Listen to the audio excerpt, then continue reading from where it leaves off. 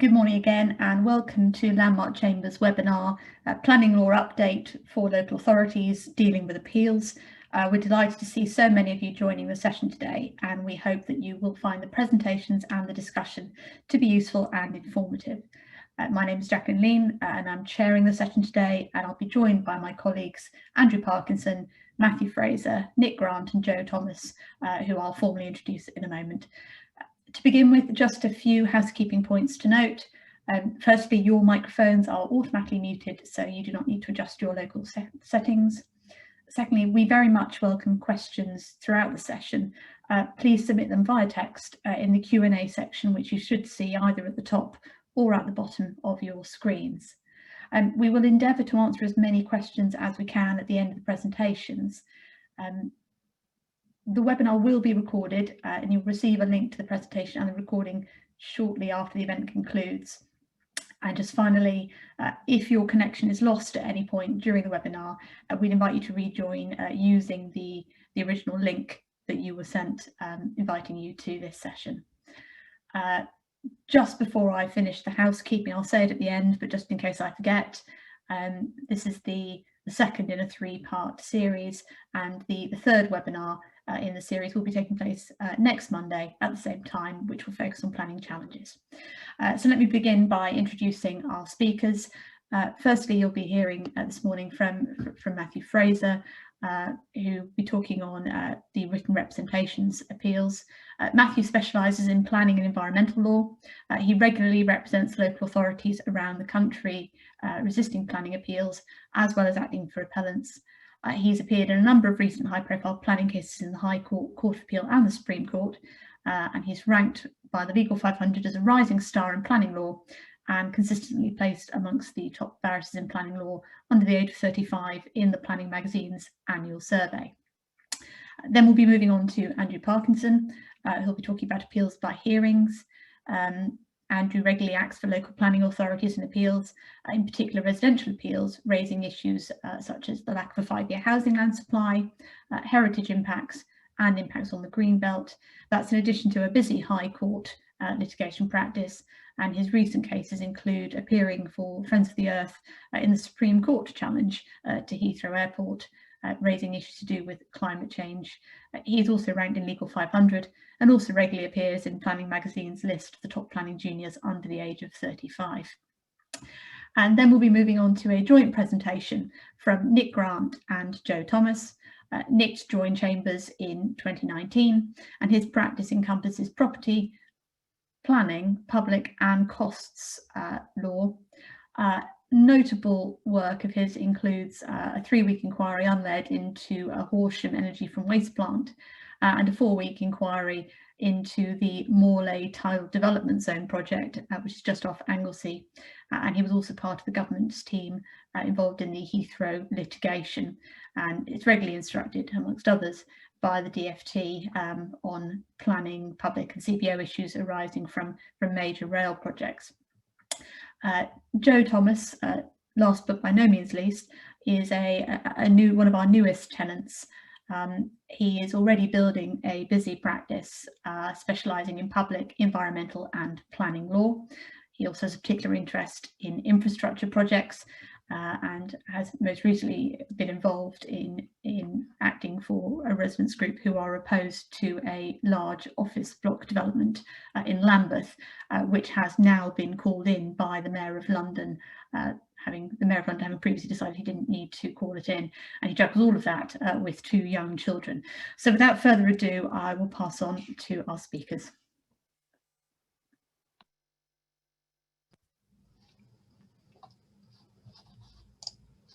Right. Good morning, everyone. Thank you very much, Jacqueline. I'm going to be covering written representations, and I thought it might be useful to start by just putting this into context in terms of appeals generally. I looked at the PINS appeal data that was published last week, which summarises all of the appeals that have been determined by PINS in the last 5 years, from the 1st of January 2016 until the 31st of December 2020. So that's a 5-year period. There have been 96,000, just over 96,000 appeals in total determined in that 5-year timescale. And 89,981 of them were written representations. So that's 94% of all appeals that have been determined in the last 5 years are by written representation. So this is the vast majority of appeals are being determined using this procedure. Although counsel are often instructed for hearings and inquiries, less so for written representations, although certainly not unheard of. I've seen appeals in my practice where the appellant have submitted an opinion by counsel, for example, on an issue of policy interpretation, and the local planning authority wants to put in a conflicting interpretation of the policy, and so they might submit an opinion in that way. So that's the way in which I've certainly interacted with the written representations procedure. So we're going to cover the topics that are set out on the slide in front of you. So looking at the procedure, what is a combined procedure? This newfangled provision that's come in the Business and Planning Act 2020. We're going to look at some of the procedural responsibilities that are placed upon the local planning authority. Then we'll look at how do you deal with a written reps appeal in substance? How do you make your case most effectively to the inspector? And finally, we're going to be looking at the difficult issue of changes in circumstances that arise between when you, as an authority, have made your decision and the decision made by the planning inspectorate. So we'll start with procedure. There are in fact two different types of written representations procedure.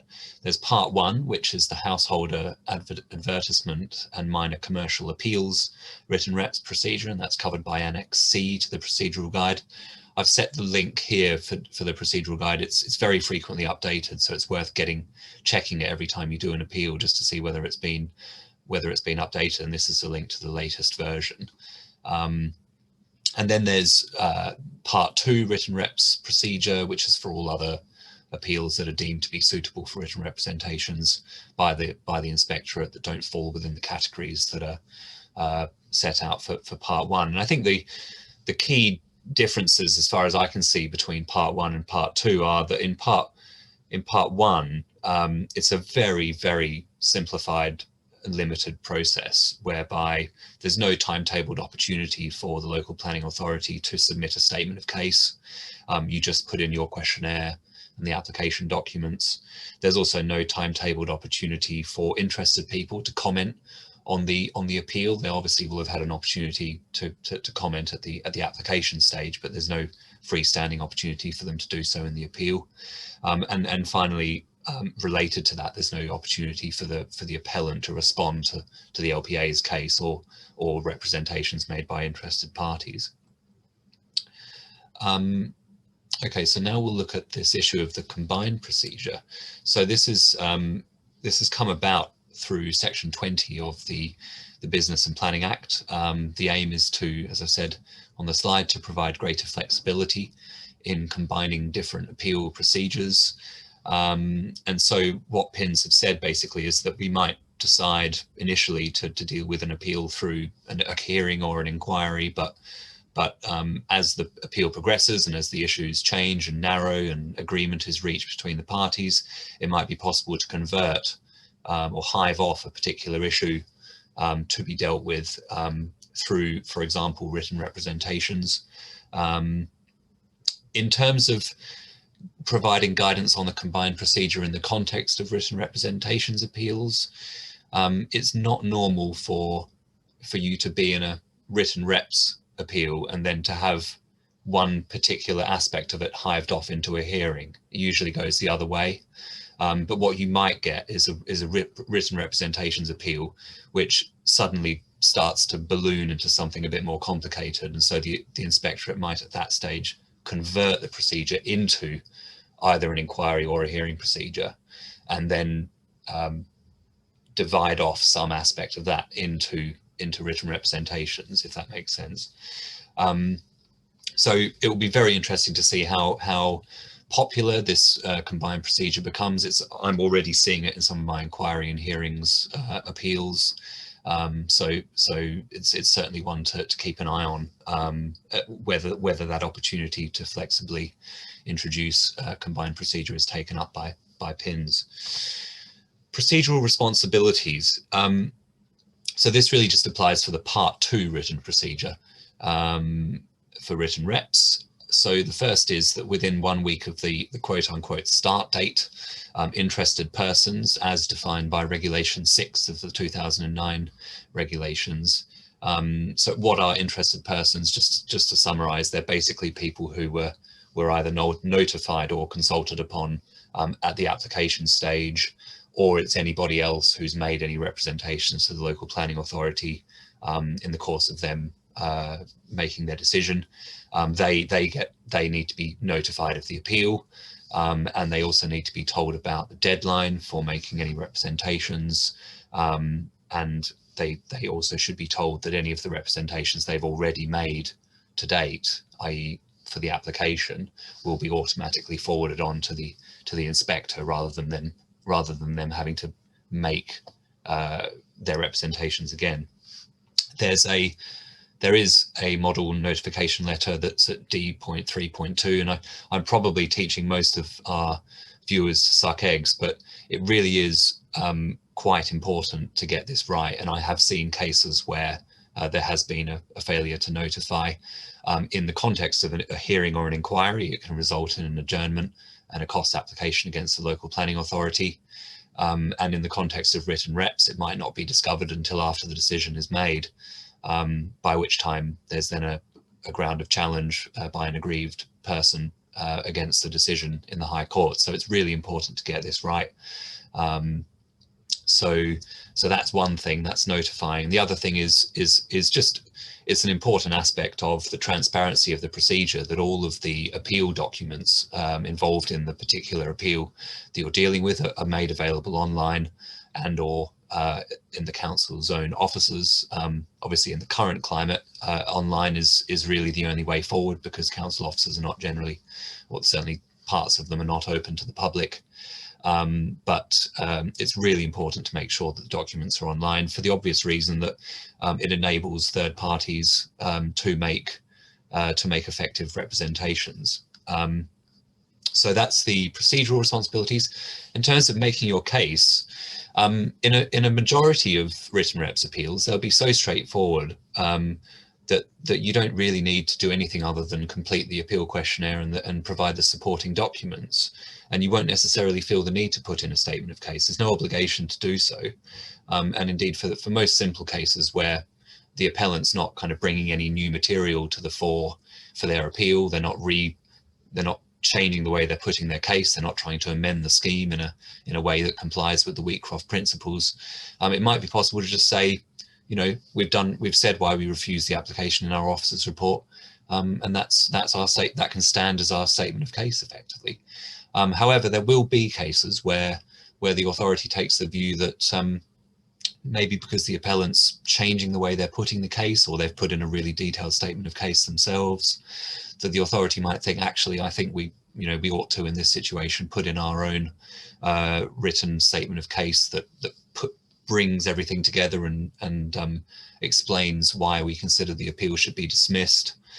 And it doesn't need to go over everything again. I mean, I've seen some written statements of case that rely heavily on an officer's report, which is just appended to the statement of case, and that's where the detail is set out. So it's only really doing a kind of summary.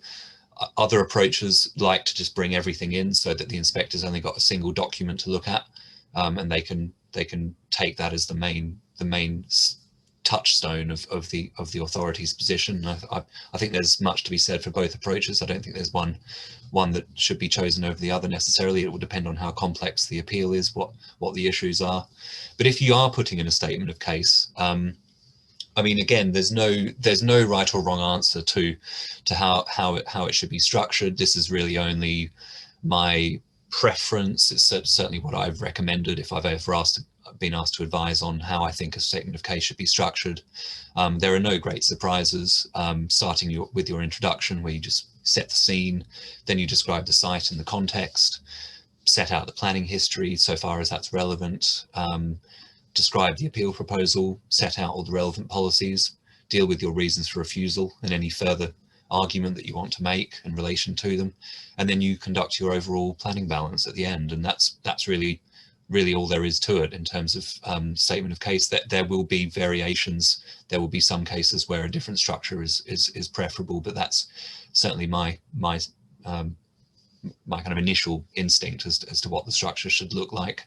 And then the last thing to note is that even if new points are raised by, for example, interested persons, the statement of case is not the final opportunity you have to deal with them. There is a separate timetabled provision for making any final comments on representations by interested persons. I'm lastly going to deal with the issue of changed circumstances. So obviously most of the time, you have to be quite unlucky for the the legislation context or the policy context of a particular appeal to change between the decision of the local planning authority on the one hand and the appeal. It's pretty rare. Usually the timescale that's involved in the appeal, certainly for written reps procedure, doesn't really allow much wiggle room for changes to be taking place, but occasionally it does happen. And when it does, it's really important to make sure that the inspector is kept abreast of any relevant changes on that front. It's worth just clarifying that there's no need to, well, it's not the case that you have to put any of these changes in your statement of case. If something happens after you've put your statement of case in, or even after you've put in any final comments to third-party representations, if before you have the decision, you are notified of a material change, that say you've adopted a local plan that was previously emerging, then the inspector needs to know about it if it's material to the decision. And I'll finish with a cautionary tale, which is a case that I was involved in. I was representing the appellant. It was an appeal by way of written representations seeking development of 30 homes. When statements of case were exchanged, the draft local plan was still emerging. There was a policy in that draft plan to justify a financial contribution towards educational facilities.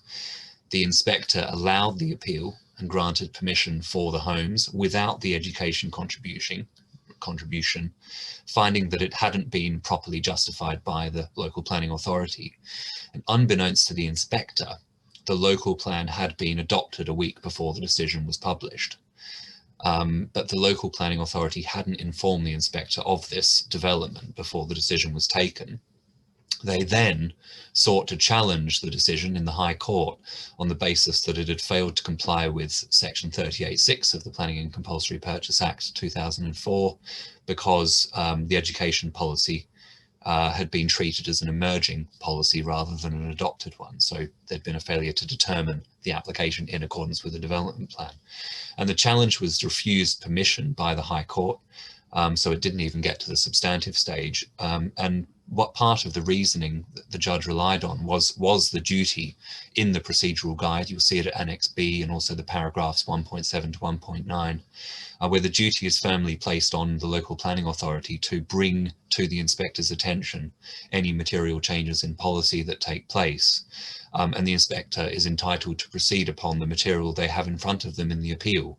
They don't need to cast about, go on the council's website and keep themselves updated in what any relevant developments. They can rely on the parties to furnish them with whatever material they have.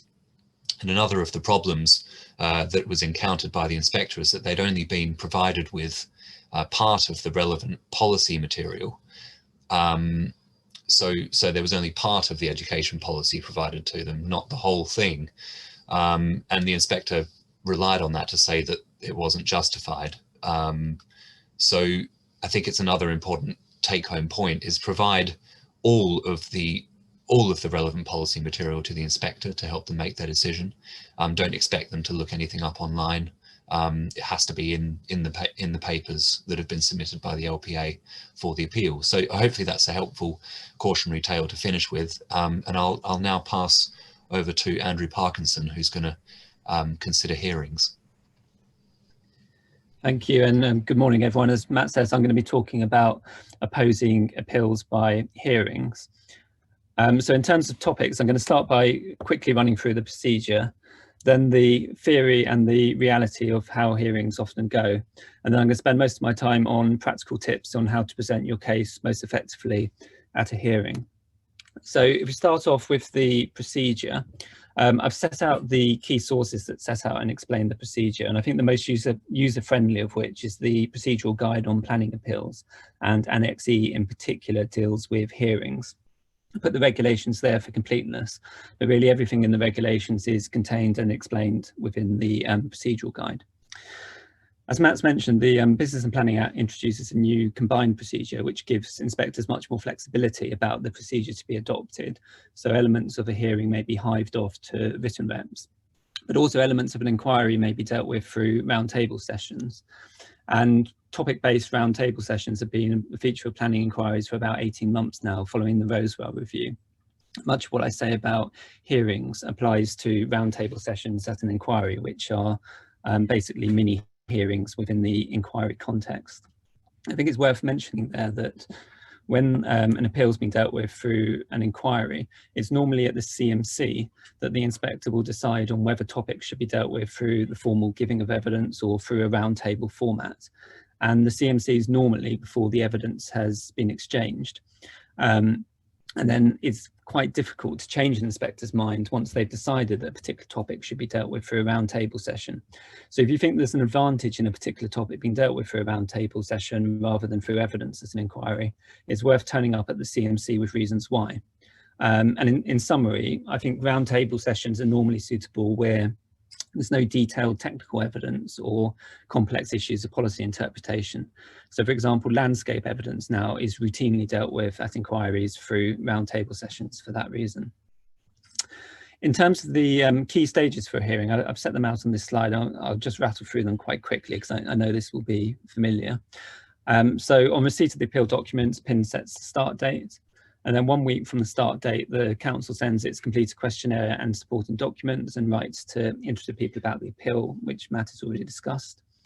Then 5 weeks from the start date, the council must send in its full statement of case and agreed statement of common ground. The statement of case should follow broadly the same format as for written reps, which Matt's discussed.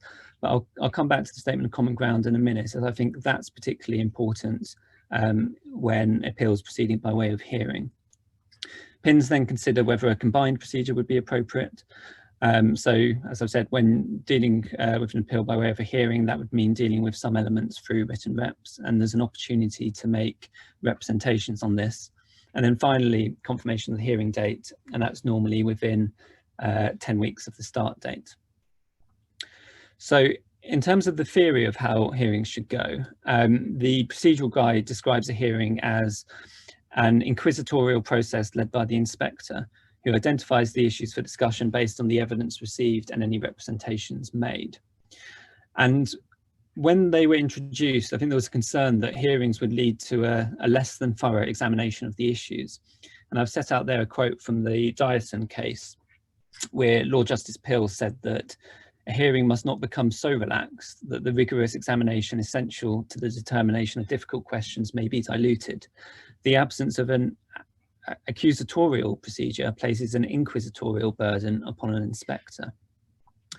So has that fear been translated into reality? Well, as a hearing is inspector-led, so much depends on the inspector. I would say though that my experience is that there are occasions where the examination of issues at a hearing is not quite as thorough as for an inquiry. And mostly that's not the inspector's fault, because without assistance from the parties, sometimes it can be hard to identify the key issues and points in dispute from the statement of case in advance of the hearing. And quite often that means that hearings are characterized by somewhat vague agendas for discussion, and I've given a few examples on the slide.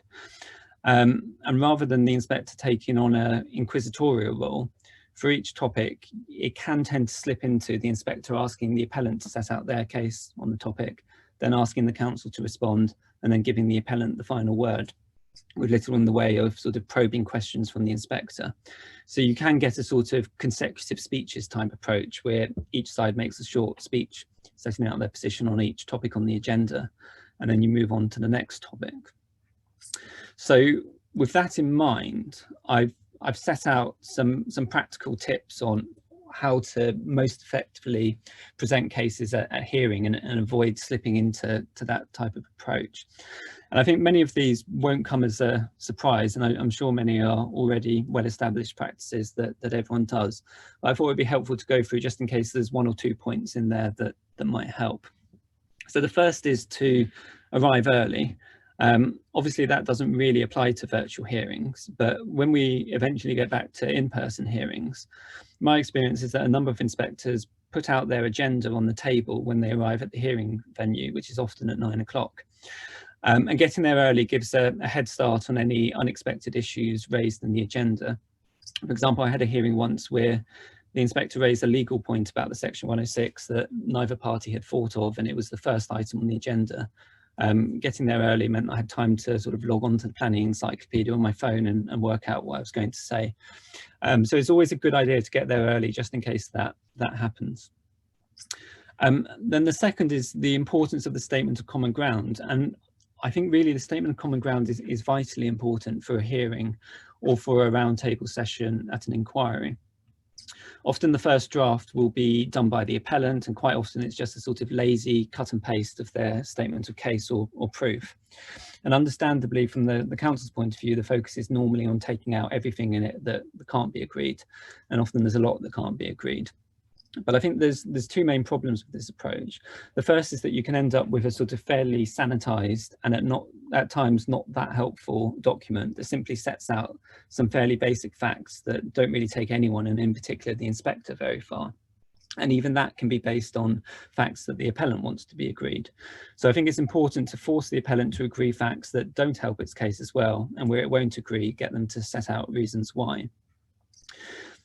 But also, I think quite often the focus of the statement of common ground is on what is agreed, and that's helpful. But I think setting out precisely what's not agreed and why is crucial for a hearing.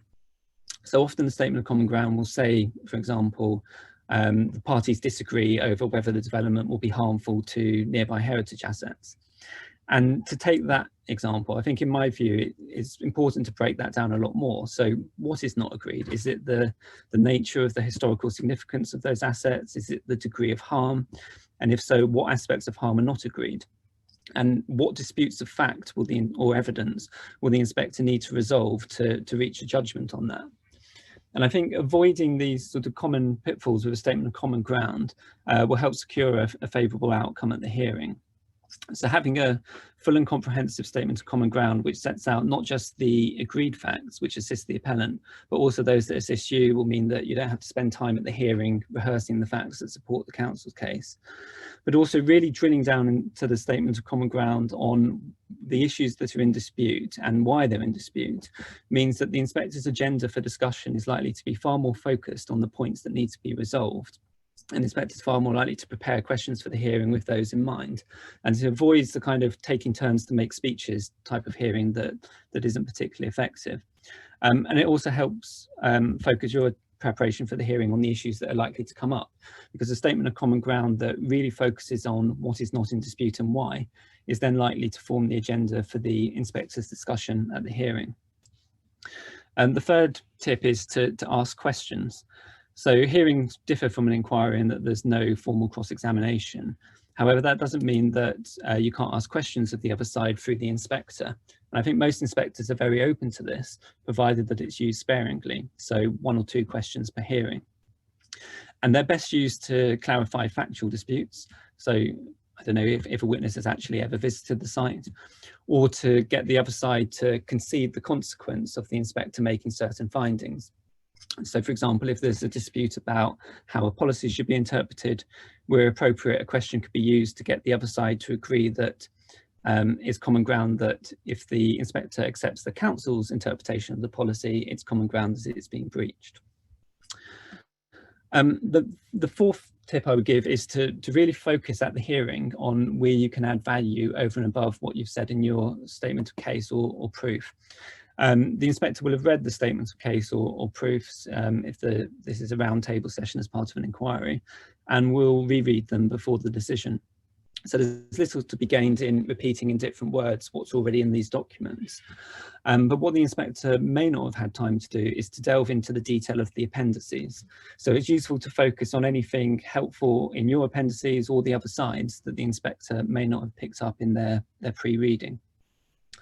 And of course, it's a roundtable session as part of an inquiry, and there's been a simultaneous exchange of proofs.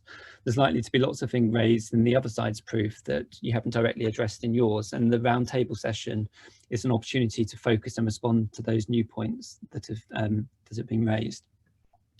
And I think ultimately the sort of benchmark test for anything said is whether it's likely to make its way into the inspector's final decision letter. Because at the end of the hearing, the inspector condenses down everything that's been said into writing in a short decision letter, in that kind of fairly bland and unhuman style that decision letters are written in. So whilst there may be all sorts of minor inaccuracies or points missed in the other side's statement of case or evidence, these sorts of things rarely make it into the final decision letter unless they make a difference to the outcome. So it's best to focus at the hearing on making points that you can see the inspector ultimately putting down on the page when it comes to writing their decision. And then the final thing I would say is to be prepared for all eventualities. Hearings can be slightly unpredictable because they're so inspector-led, and each inspector has their own way of doing things. For example, some inspectors allow opening and closing speeches to be made. My experience is that that's pretty rare and most aren't keen on it, but there's no harm in jotting down a brief closing speech in advance, just in case the inspector wants to hear them. And even if it's not used, which will be the case 90% of the time, it's a helpful document and reference tool to tick off points as you go to make sure that everything's been covered. If the inspector takes a sort of fairly relaxed approach to the hearing and is happy just to let people make short speeches on each topic, it's good to have one prepared for each topic, covering the main points that you want to make and the key references. And again, if it's not used and it is more of a question and answer session focusing on the detail, again, that pre-prepared speech can be a useful reference tool to make sure that all the points have been covered.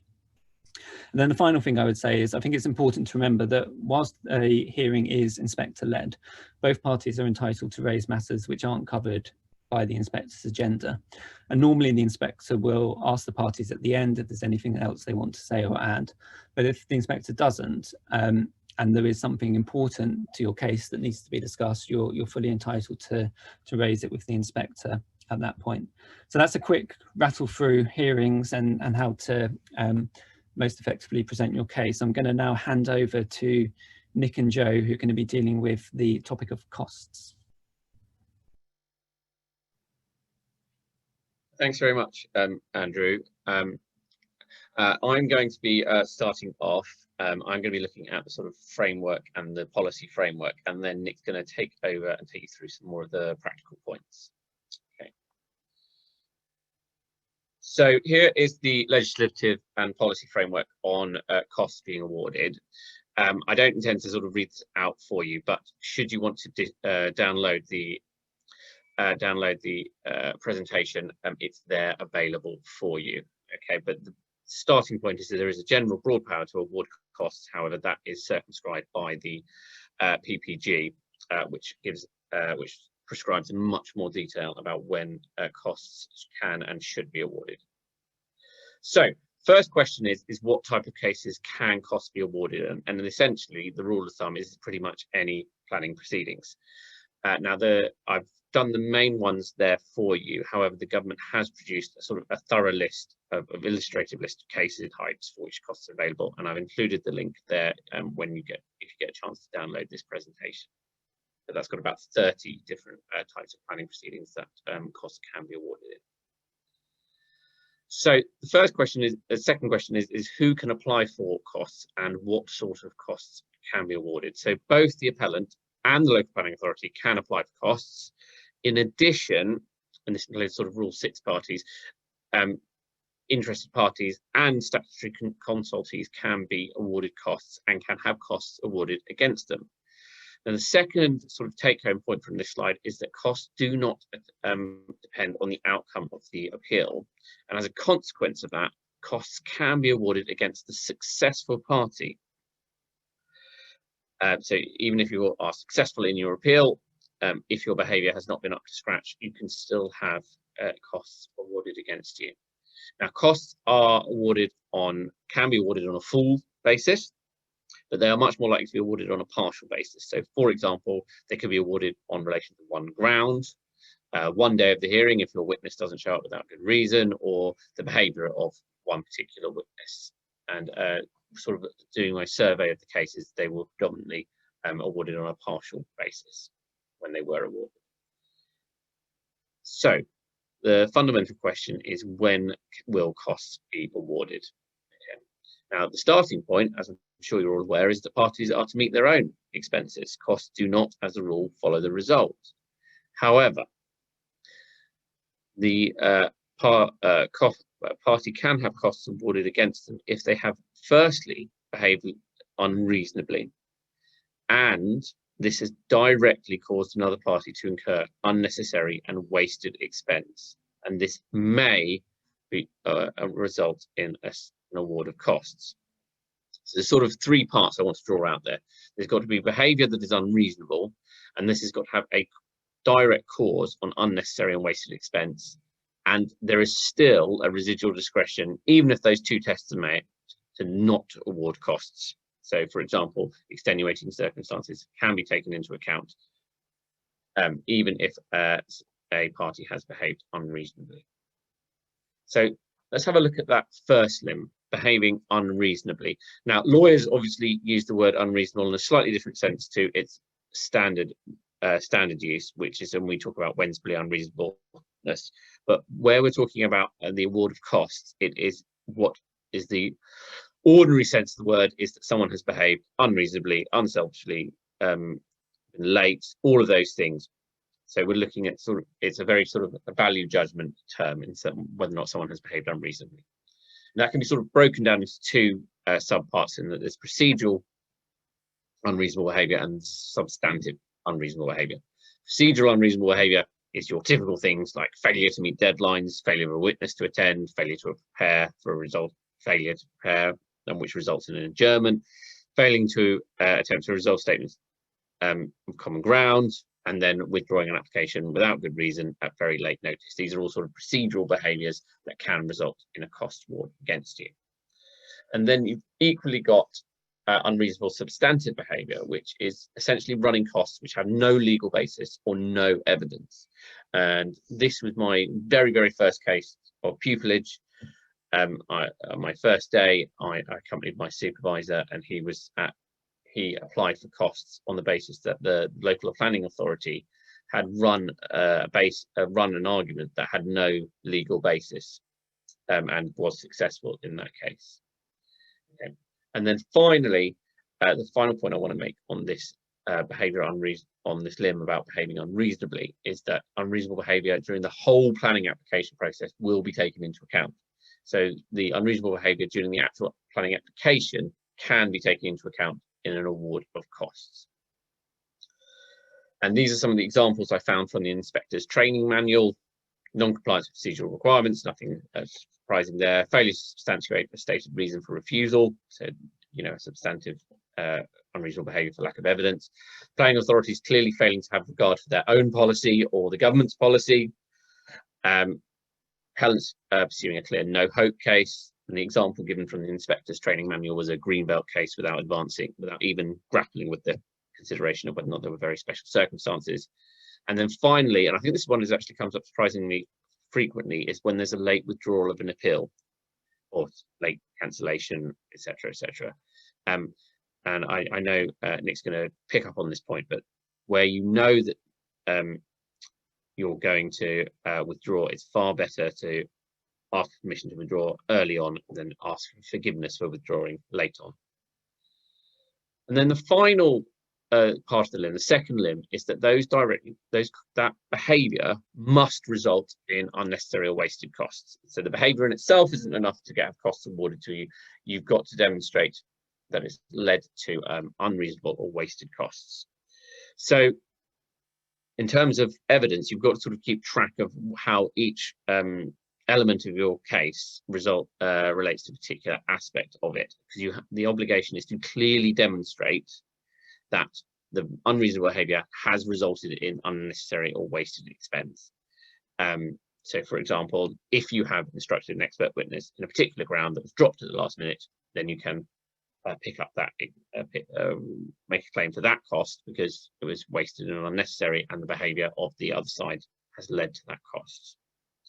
Now, the PPG cites an example of indirect costs that cannot be recovered, in that you have the alleged delay in obtaining planning permission, as sort of that slowed down the resultant awarding permission, and then that led to indirect costs. That's the sort of thing that cannot be recovered because there's not a clear and direct link. And I'm now going to hand over to Nick, who's going to come back with all sort of practical points. Thanks, Nick. Thanks, Joe. How and when should an application for costs be made? Well, if you're in the written reps process, which Matt talked about earlier, then you make the application in writing no later than the final comment stage. If the conduct relates to conduct on a site visit, then make it within 7 days of the site visit. If it's a hearing or inquiry and you know in advance of the hearing or inquiry that you're going to be making an application for costs, make it in advance or at the very start. If the unreasonable conduct and the reason you're making an application occurs during the inquiry, then make it as soon as possible, but in any event, do it before the hearing or inquiry is closed. If you're in a situation where you're bullying up for a hearing or inquiry, or even written reps, and then the entire thing gets withdrawn, do it within 4 weeks of receiving the notification that it has been withdrawn. The procedure, unsurprisingly, will come down to you make the application and then there'll be a chance to respond. So any written application is disclosed to the other party so they can respond in writing. Fair enough. And then if you're an applicant for costs, you usually get the right of reply. If it's a hearing or inquiry, then again, usually the party against whom the application is made will get the chance to respond. The inspector makes the final decision.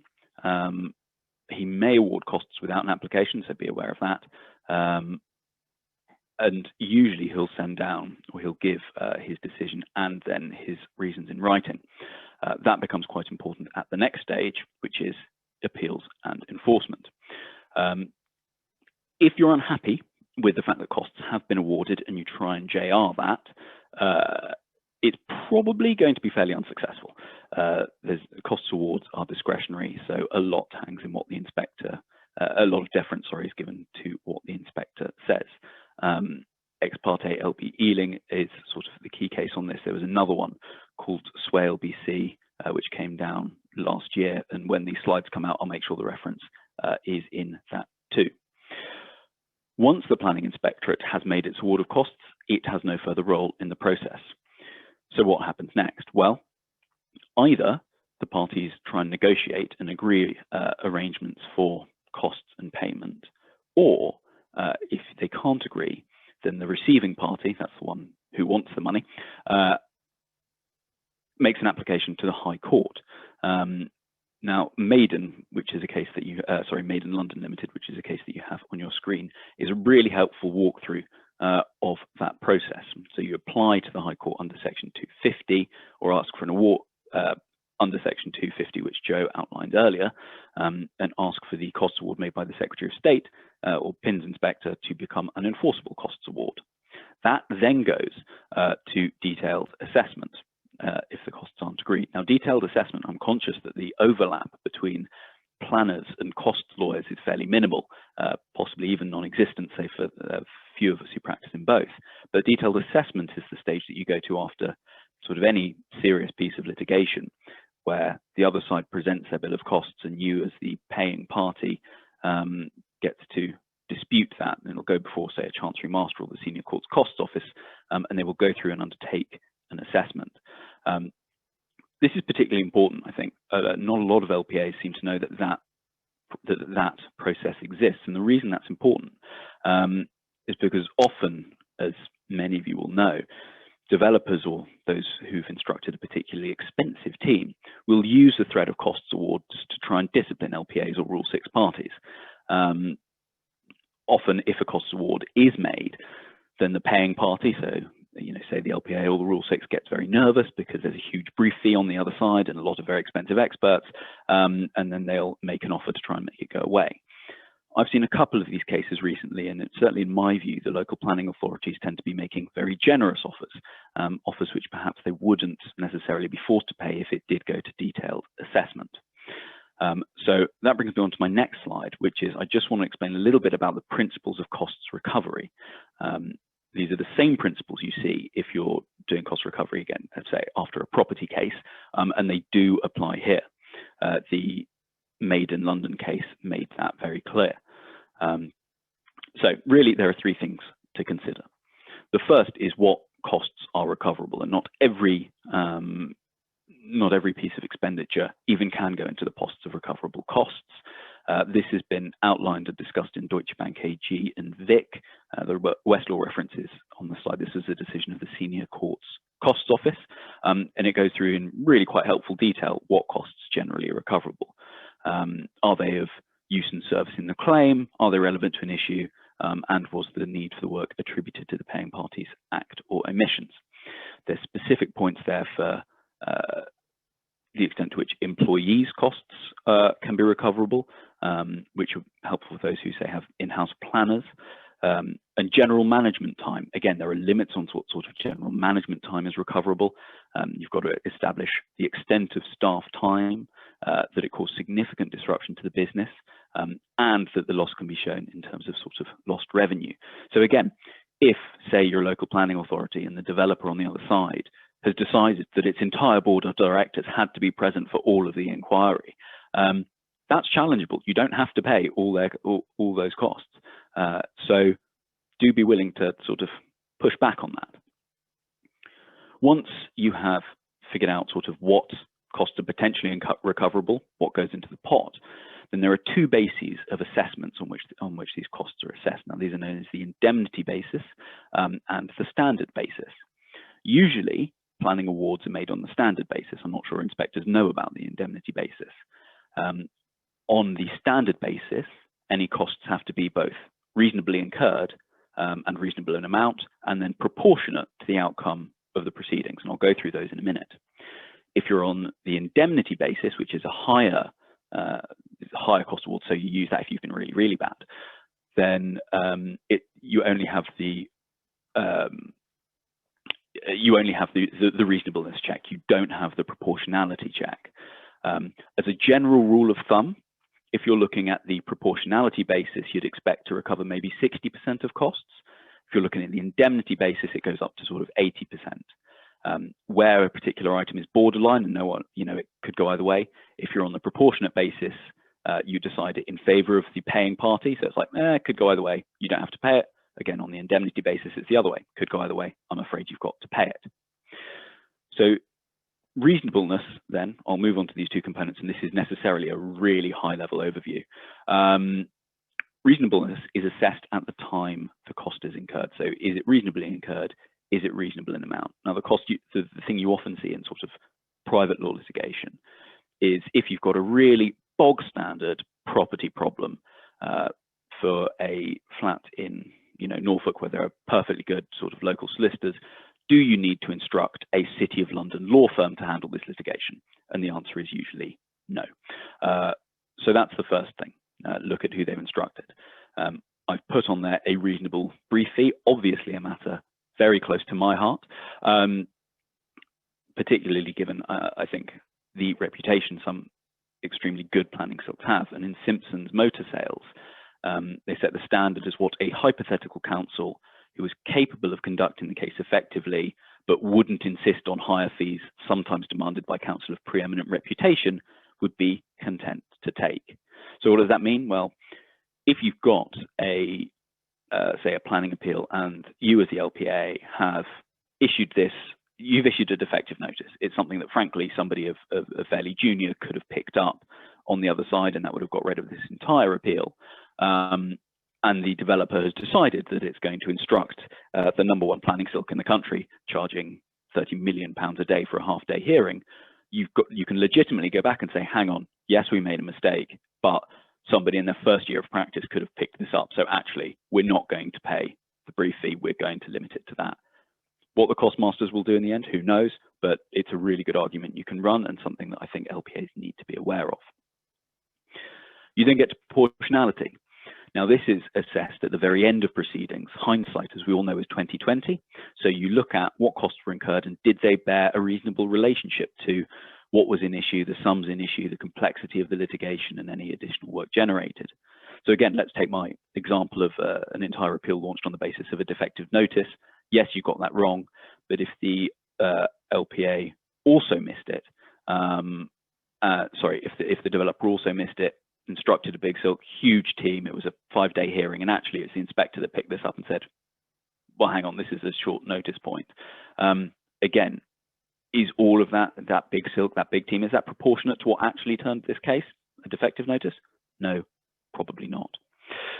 So in terms of general approach, what the courts will do is they'll go through line by line this basis of assessment, and then they'll undertake this big proportionality approach.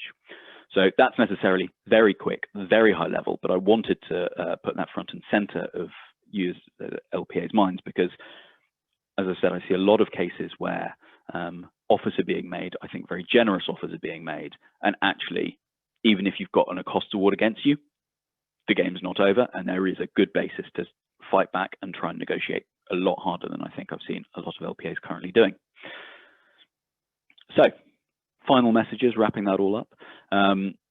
It's really hard to get cost awarded against you or the appellant. You've got to act pretty poorly to do it. And second, as Joe said, it's better to ask for permission than forgiveness. So if you know that you're doing this, you're going to be in breach, probably better to flag it as soon as possible. So I will now hand back to Jacqueline, and I think everyone else for Q&A. Thank you, Nick, and thank you, everyone. We have a few questions that have come in, which we'll try and whip through in the next 7 or 8 minutes. I think first, Matt, a question for you. Where would you recommend dealing with the LPA's response to the appellant's statement of case? Is that something that you would put in the section where you're dealing with your reasons for refusal or your supporting analysis, or would you deal with it in a separate section?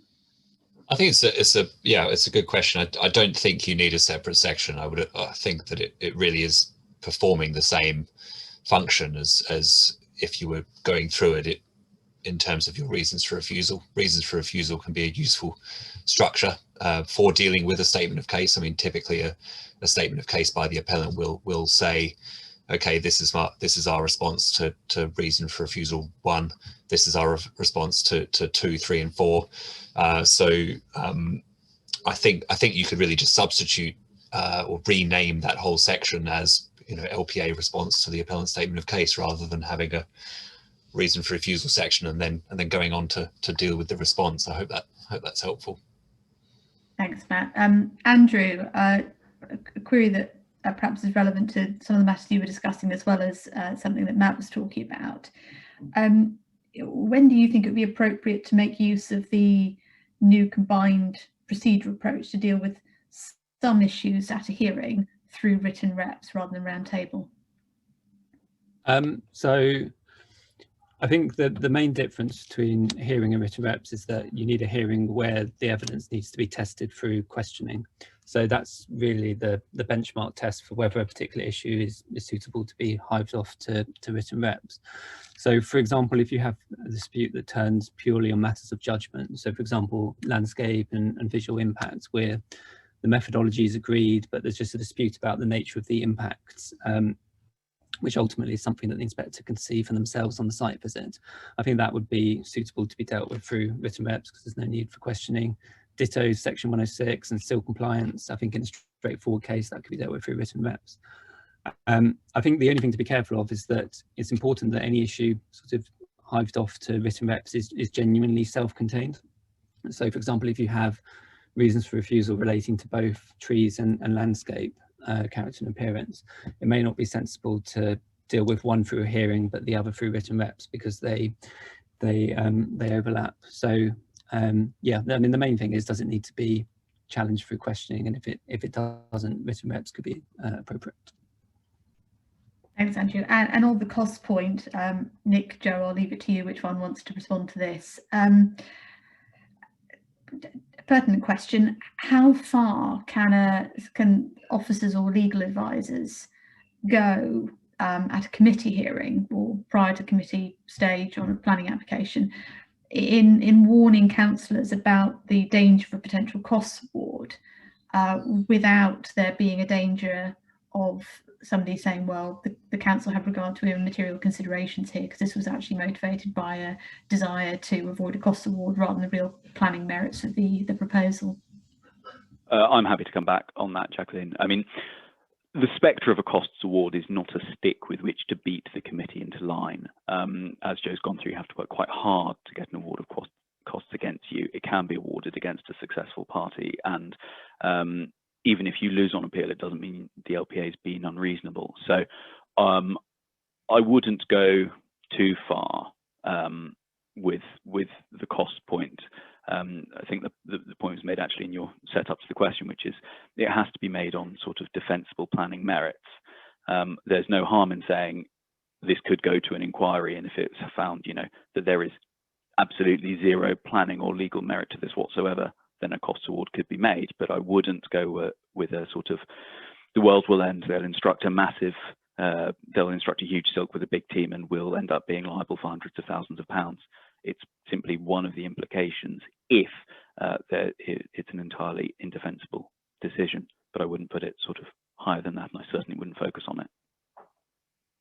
Thanks, Nick. And I think on that as well, there's been a couple of relatively recent cases in this context. There was a Court of Appeal decision back in, I think, 2019, the Babe case, and I think there was a Tonbridge and Manning consideration at the High Court level back in 2020, which again was sort of along those lines, which is that, you know, the spectrum of a cost award is something that's there, particularly if there's standing council guidance around risks. If there are concerns that there's not, for example, a robust 5-year housing land supply, they need to be able to defend on planning grounds any reasons for refusal.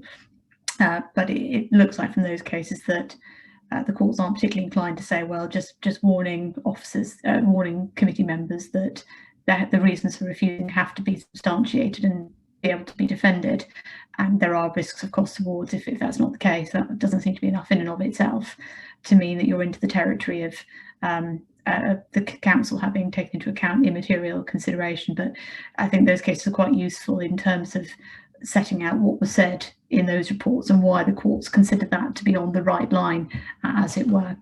I think we have a couple of other questions that have come in. Nick, I think one for you while you're on the screen, if you don't mind. That there's an increasing trend for developers to bring QCs to hearings, even on smaller cases. A question's been raised: could this be argued not to be reasonable if an award of costs is made? Yeah, I think it could. Look at how complex is the litigation going to be. I mean, if it's a fairly simple case, if it's, you know, half-day hearing, one-day hearing, and actually, if you want to put aside the cachet that having a big silk coming along can add, really think to yourself, could a fairly junior but competent planning barrister deal with this? And if so, then is it really reasonable to go to a silk? Probably not. So I would certainly be willing to sort of punch back on that. And even if you've got the silks, there are, you know, some that are truly stellar and preeminent and charge higher fees, and then there are some that are also very good and don't charge as much. The question is, how complicated is this appeal? How complicated is this case? Does it really need someone at the top of their game or not? So it's a point I'd fight on, although I'm sure the Silks and Chambers won't thank me for raising that. I say, of course, none of us have got any vested interest at all in arguing that a competent junior could No, not at all. No. I think there's a final query on cost, but actually I think, Andrew, you had some thoughts on this one when we were looking at this during the talks, which about what do you do in a situation where the developer is perhaps refusing to pay or agree to pay the LPA's cost of dealing with the Section 106 agreement. Is that something that could potentially come into a cost award? And so I think, Andrew, you had some thoughts on that matter. Yes. So, I mean, it's a difficult situation because you're effectively being held to ransom because, as you say, you have to comment on the Section 106, and if you don't, you'd be subject to criticism. So I think the only way around it is to argue that the appellant's refusal to pay the council's costs of reviewing the Section 106 is itself unreasonable, and therefore ask for costs on that basis, which would be equivalent to whatever the legal fees were on reviewing the Section 106. And I think those are wasted costs because those are costs that wouldn't have been incurred had the appellant acted reasonably. I think that's the only way to deal with it. But I don't know if any of my other panelists have different views.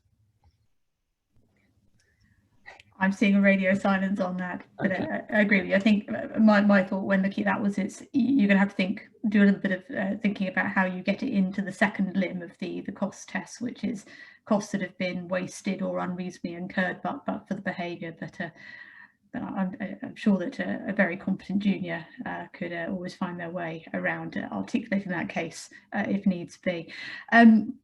I think that broadly brings us to the end of our session today.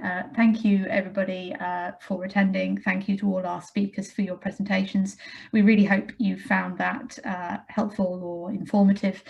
As I mentioned at the beginning, this is number 2 of a three-part webinar series, and the third webinar is taking place next Monday at the same time, so 11 till 12. And if you haven't already signed up for that, details are on the Chamber's website. So once again, just thank you everybody for attending this morning, and I wish you all a very pleasant rest of your day.